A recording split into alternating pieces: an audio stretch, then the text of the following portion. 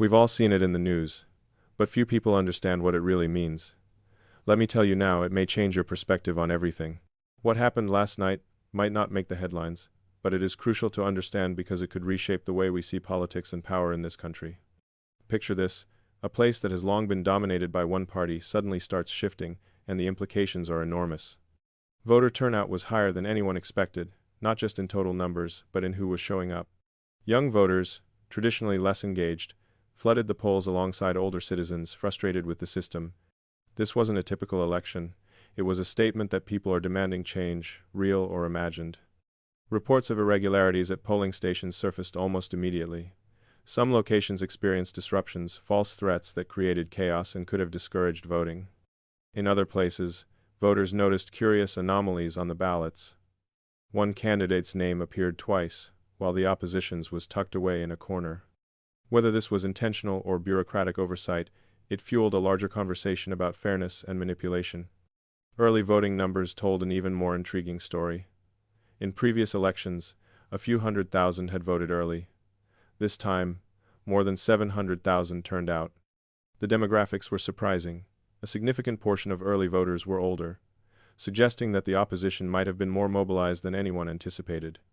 Yet, despite this, the candidate representing a progressive coalition still won, showing that a motivated base combined with working-class voters can overcome significant obstacles.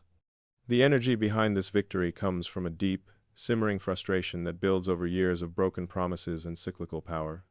Think about previous moments of change in American history, times when ordinary citizens felt abandoned by those in charge. The conditions create openings for outsiders who promise to upend the status quo. In this case, the candidate tapped into urban and working-class frustration, offering a platform that resonated with those feeling left behind by the economic system. But winning elections on passion is one thing, governing effectively is another. The numbers facing the city are daunting. A small fraction of very wealthy taxpayers contributes nearly half of the city's revenue. Raising taxes or imposing restrictive policies on this group risks triggering an exodus, known as tax flight. When these individuals leave, they take not just their tax contributions but also their economic activity, charitable donations, and employment opportunities with them. The scenario is reminiscent of the 70s, when cities like New York teetered on the brink of bankruptcy. Promises sounded good, but fiscal reality caught up, forcing severe cuts and reforms. Services deteriorated, crime increased, and the middle class fled. Recovery required pragmatic leadership, collaboration with business communities, and policies that restored confidence in the city. The risk today is similar. Proposals such as rent freezes sound compassionate, but they can unintentionally reduce housing investment, creating shortages, and eventually causing rents to spike even higher. Property owners face rising costs, yet their income is frozen, prompting deferred maintenance, disinvestment, or a sale to larger entities. Over time, the housing stock deteriorates, worsening the very problem the policies intended to solve. This tension between idealism and economic reality is central to the current political landscape. Passionate rhetoric that excites a base may clash with the practicalities of governing a city reliant on a mobile and wealthy tax base. The challenge is finding a balance, achieving social goals while maintaining economic sustainability. Beyond local implications, these shifts affect the national landscape. Migration patterns, driven by policy decisions in high-tax states, are changing the distribution of economic and political power.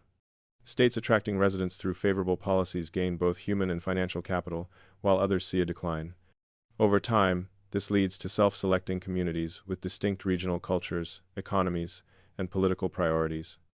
As the new leadership begins to govern, two paths are possible.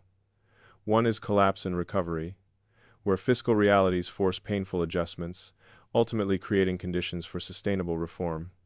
The other is adaptation and reinvention, where policies are implemented thoughtfully within constraints, demonstrating that progressive initiatives can succeed without undermining the city's foundations. The coming months will reveal which path prevails, shaping the future not just of the city but potentially of American politics more broadly. People across the country are watching. What happens in one city can influence broader trends in voting, economic activity, and public policy. Decisions made now will ripple outward, affecting opportunities, safety, and quality of life for countless individuals. The stakes are high, and the outcome uncertain. Yet one thing is clear: Citizens are demanding change, and the challenge will be translating that energy into policies that work in the real world.